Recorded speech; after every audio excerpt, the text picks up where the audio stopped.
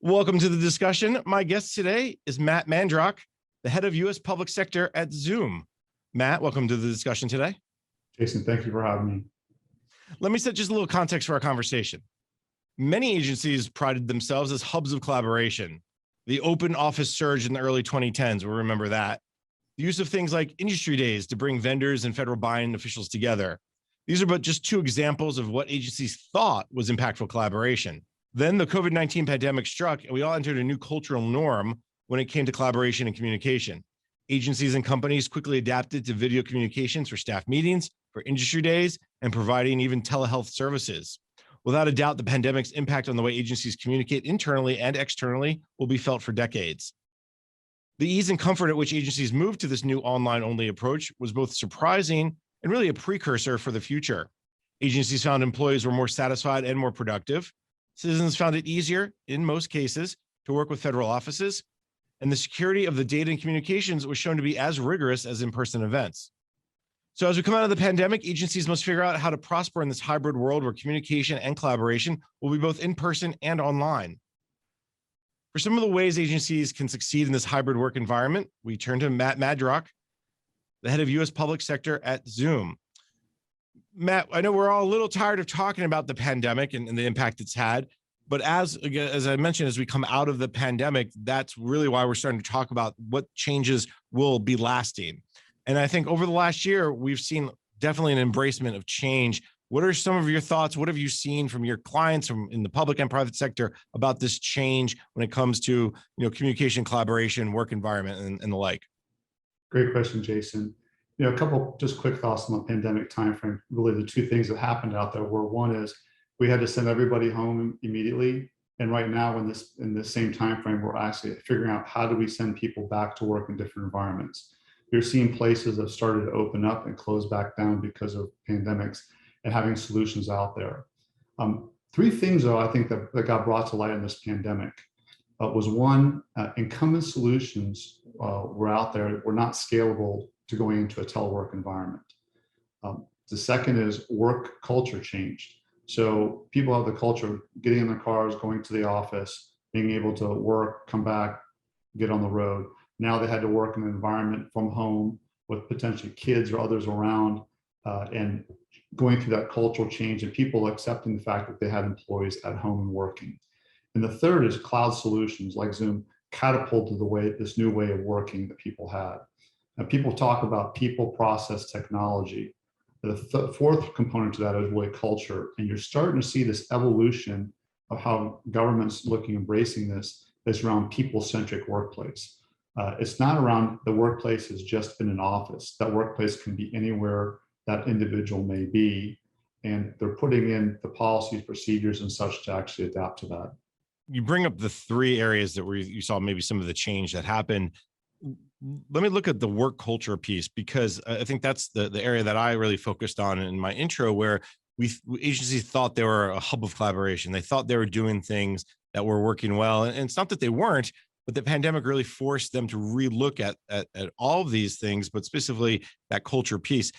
Is that culture piece something that surprised you the most? We knew what cloud was. We knew maybe some incumbent solutions, had some limitations, but really was that culture piece what surprised you the most? It was. I think you knew at one point in solutions that weren't scalable were not going to work. That's pretty simple. You knew cloud was going to be a catapulting things going forward. But the work culture was accepting the fact that I'm sending my employees home.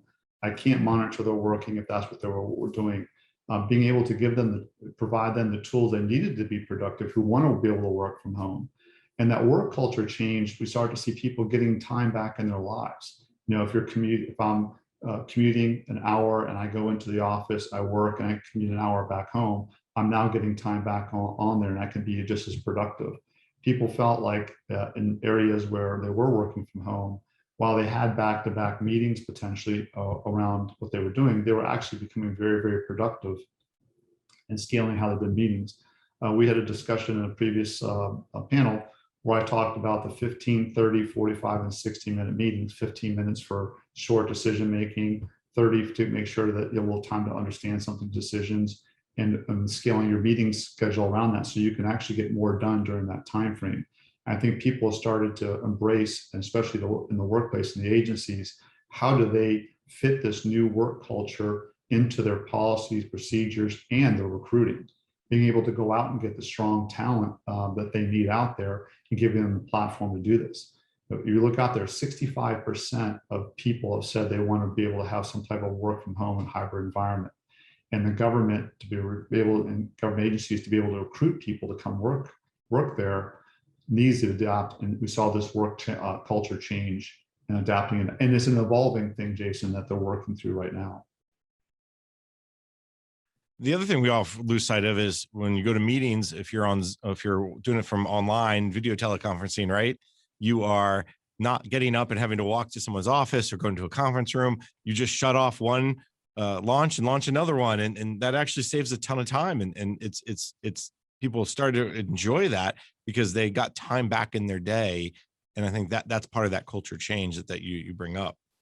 Yeah, I think the culture change, Jason, is really around, how are they going to work differently? Some people may say, I'm going to use Thursdays as my remote day to do all of my meetings, and they scale a whole bunch of meetings back to back. But you also think about for all the people who support the government. So if, let's say, for instance, I'm going downtown to a meeting, I drive down, it takes me 40 minutes. I have to pay to park. I have to get to the meeting. All of a sudden it's a half-hour meeting, and the individual who I'm meeting with has to walk across the building. So we lost 12, 14 minutes in that meeting, and they have another one that's back to back. So now you're starting to see that the government agencies are actually, and individuals in the government are actually getting more productive in understanding things and spending the time understanding what's going on versus having to move back and forth. And now they're evolving that into how does that fit into the work culture? How do they accept this? And how they start to manage the new way of change on how they do meetings and interactions going forward. I have to say, I do miss going downtown to events or going to events at hotels, but the commute there, the waking up at 6:30 to get out the door by 7 to get to a 7:30 breakfast, that's kind of nicer to roll out upstairs and put on the computer and I'm ready to go. There's been a lot of cultural change that has led to some of this innovation too. What are some examples of innovation you've seen across government over the last year and a half or so? Well, it's been pretty amazing. I think during this unfortunate pandemic, we watched a presidential inauguration take place, and we saw so many people using Zoom and getting out in front of constituents and messaging out, from the different groups, how they tried to get out there and talk to them. But then you start to see now, a president being inaugurated, doing his inauguration speech over a Zoom for Government via platform that he could be in front of many people and screens. Secretaries being sworn in via Zoom for Government. We watched CDC provide updates daily on the pandemic and vaccine to 20,000 plus. So this became some of the most important information that was going out there. We talked a little bit about the people and the working from home. We had one agency that sent everybody home. And what they found was their employees with a very skilled set were so productive that they thought, hey, how do we leave them and let them work from home as they're just as productive? What was more important to them was how did they go out and recruit? And this was a very special skill set that they needed. So instead of having to be in the DC metro area, maybe I hire somebody from Raleigh, from Austin, from Denver, from Colorado, California, all of those pieces out there, and they have that skill set and they don't have to be there, but they're providing them the productivity tools to actually do that. We saw FEMA's doing a lot of work out there in the field. They're using Zoom to get the messaging out, to actually work along with the different first responders to get information. And we talked a little about recruiting, just bringing employees in to the government. But think of the military service, at that point in time, recruiting became a big piece of what they needed to do during this pandemic. And as they're going forward, what they found when the Air Force was recognized for using Zoom for Government in their recruiting by military.com in an article back even as far as last April. And what they found was they're getting out in front of more people. So if I have to recruit and I drive multiple hours to go meet with somebody, I'm not sure if they're going to sign on or not. But now they're using a technology that they've embraced in their personal, the personal fabric of their lives. They may have had birthdays, other things around that they're comfortable with, that they see it as innovative technology. So now they can go out and expand the recruiting. They saw their numbers actually increase when they were going across there. You look at courts and corrections, U.S. courts and state courts are going through and actually doing different, utilizing Zoom. And where they've done this is how to keep these dockets moving along.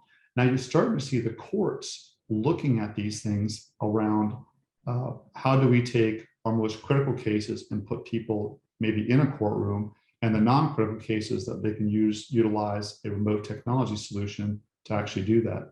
And you think of corrections, people think, okay, great, how would I use a Zoom with corrections? Well, if you have a high-risk individual and a county or state has to transport that individual to a location, that costs money. And it also is a safety risk to those individuals. Now they can utilize our technology to actually do this, be able to have that, prevent one, a cost savings, or to integrate a cost savings to them, but also at the same time be able to take that information and the information they get and protect the other people in the actual courtrooms. And in the last, I kind of shared around the drones, where a local police force was using drones on the beach, and then be able to go out and integrate, technologies like Zoom into, they see the camera and integrate that into share and open up to a desktop and share with others as they're doing, say, a search and rescue. So you think about what's going on in the government, but you kind of made a point here, Jason, earlier around, hey, I have to go to a meeting, I have to get to an event and go get dressed up. Well, the event companies saw this pandemic as potentially catastrophic to their businesses. And we've seen some of them that we've helped along the way who are actually have grown their business during this time frame without even having any in person. They've gotten innovative around approaching agencies to do industry days for them, sponsorships, being able to touch more people in that organization. Before, maybe only X amount of people could come and travel, let's say sometimes government travel. Here, you can touch many people. We had almost 400 people from one agency just on a technology that one of the event organizations used. And talking to the CEO of that organization, he talked about how it changed the course, even when they start to go back, which they want to do. But now they're doing government awards and other things across there. So everybody's had to kind of turn, and that special net, those groups turn from the fact of how was I going to keep my business alive to how they've grown it and how they're going to start to look at things differently as they move forward.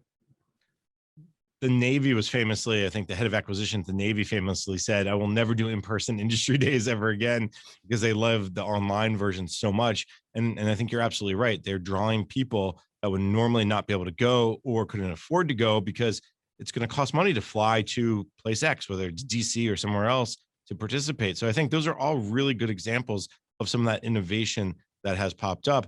Now the big question we're going to go forward with is, will it last, and how will it last? And that's how we're going to do it after this break. So we're going to take a quick break. You're listening to the discussion, Innovation in Government, sponsored by Carahsoft on Federal News Network.